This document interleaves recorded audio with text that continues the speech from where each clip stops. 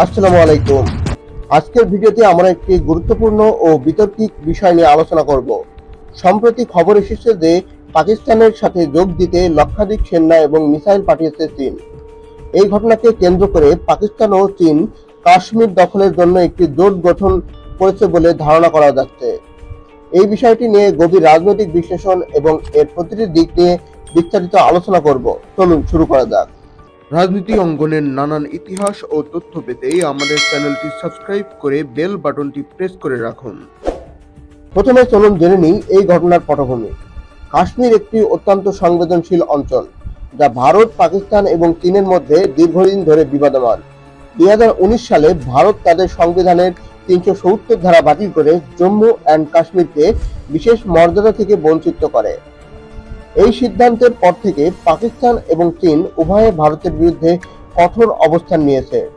সম্প্রতি চীন পাকিস্তানের সাথে সামরিক সহযোগিতা বাড়িয়েছে এবং লক্ষাধিক সৈন্য ও মিসাইল পাঠানোর খবর এসেছে।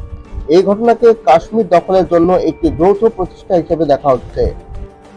চীন এবং পাকিস্তানের মধ্যে দীর্ঘদিন ধরে একটি কৌশলগত সম্পর্ক রয়েছে। চীন পাকিস্তান ইকোনমিক করিডোর সিপিইসি এর মাধ্যমে চীন পাকিস্তানের ব্যাপক বিনিয়োগ করেছে।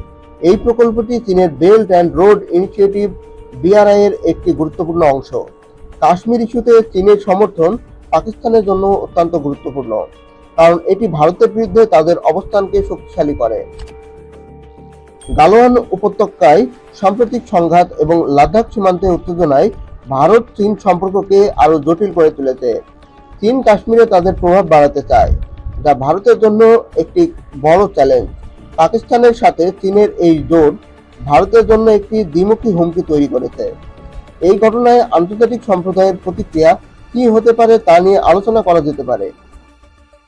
মার্কিন যুক্তরাষ্ট্র, রাশিয়া এবং ইউরোপীয় ইউনিয়ন এ অঞ্চলে তাদের স্বার্থ রক্ষায় কি ভূমিকা নেবে তা দেখার বিষয়।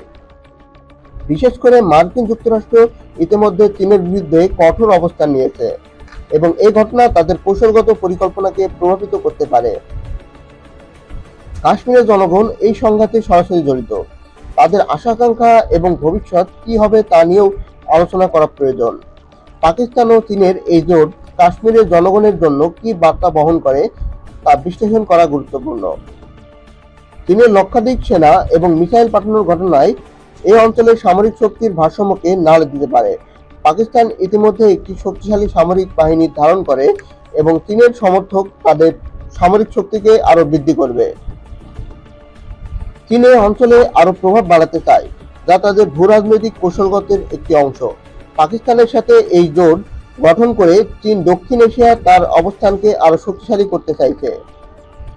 ভারত এই ঘটনায় কি ধরনের প্রতিরোধ গড়ে তুলবে তা নিয়েও আলোচনা করা প্রয়োজন। ভারত ইতিমধ্যে তার সামরিক শক্তি বৃদ্ধি এবং কূটনৈতিক প্রচেষ্টা চালিয়ে যাচ্ছে। এই ঘটনা ভারতের জন্য একটি বড় চ্যালেঞ্জ তৈরি করেছে। সিপিইসি প্রকল্পটি এই ঘটনার জন্য প্রভাবিত হতে পারে। ভারতের এই প্রকল্পটি বিরোধিতা করে আসছে এবং এই ঘটনা সিপিইসি এর ভবিষ্যৎকে অনিশ্চিত করে তুলতে পারে। এই অঞ্চলে উত্তেজনা বাড়ার ফলে আঞ্চলিক বাণিজ্য ব্যাহত হতে পারে। বিশেষ করে ভারত পাকিস্তান এবং ভারত চীনের বাণিজ্য সম্পর্ক এর প্রভাব পড়তে পারে। আজকের ভিডিওতে আমরা পাকিস্তান এবং চীনের কাশ্মীর ইস্যুতে জোটবদ্ধতা নিয়ে গভীরভাবে আলোচনা করলাম। এই ঘটনাটি রাজনৈতিক, সামরিক এবং কৌশলগত এবং অর্থনৈতিক দিকগুলো নিয়ে বিস্তারিত বিশ্লেষণ করার চেষ্টা করেছি। আশা করি এই ভিডিওটি আপনাদের কাছে ইনফরমেটিভ হয়েছে। যদি আপনাদের কোনো প্রশ্ন বা মতামত থাকে তাহলে নিচে কমেন্ট করতে ভুলবেন না। আর এ ধরনের গুরুত্বপূর্ণ বিষয় নিয়ে আরো ভিডিও পেতে আমাদের চ্যানেলটি সাবস্ক্রাইব করুন এবং বেল আইকনটি অন করে রাখুন। ধন্যবাদ।